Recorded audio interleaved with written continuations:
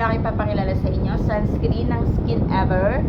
Ang Waterlight na ma-SPF 30 sunscreen. Nakakaputi siya at meron siyang niacinamide at saka centella. So, try natin sa aking kamay. Testing natin. Ayan. Alam niyo guys, huwag na kayong lalabas ngayon na hindi kayo nagsa-sunscreen. Kasi diba, grabe na yung ozone layer natin guys. Napakanipis na. Kaya, hindi tayo pwedeng walang sunscreen. Alam niyo ba guys, grabe yung sold nito. 100k ang sold nito sa mga nag-a-affiliate dito sa TikTok. Ayan siya guys, napaka ano niya, para siyang may tubig, kaya waterlight. Nakikita niyo, may ano siya, tintab siya.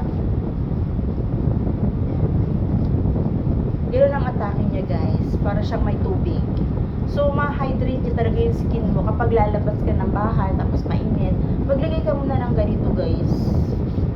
Para naman yung skin mo is hindi naman, reklamo sa'yo. Uy, nauhaw na ako, ganun. Kasi yung skin talaga natin lang guys. Kasi diba yung araw, nagsisip-sip talaga yan ng tubig. Kahit saan nagsisip-sip yan. Kahit sa balat natin. Diba? Kaya yung skin natin, kailangan, bigyan natin ng ganito.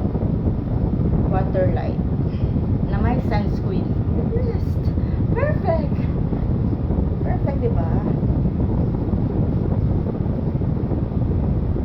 And eto na siya guys, ang kanyang with and without. Meron sa yellow basket guys.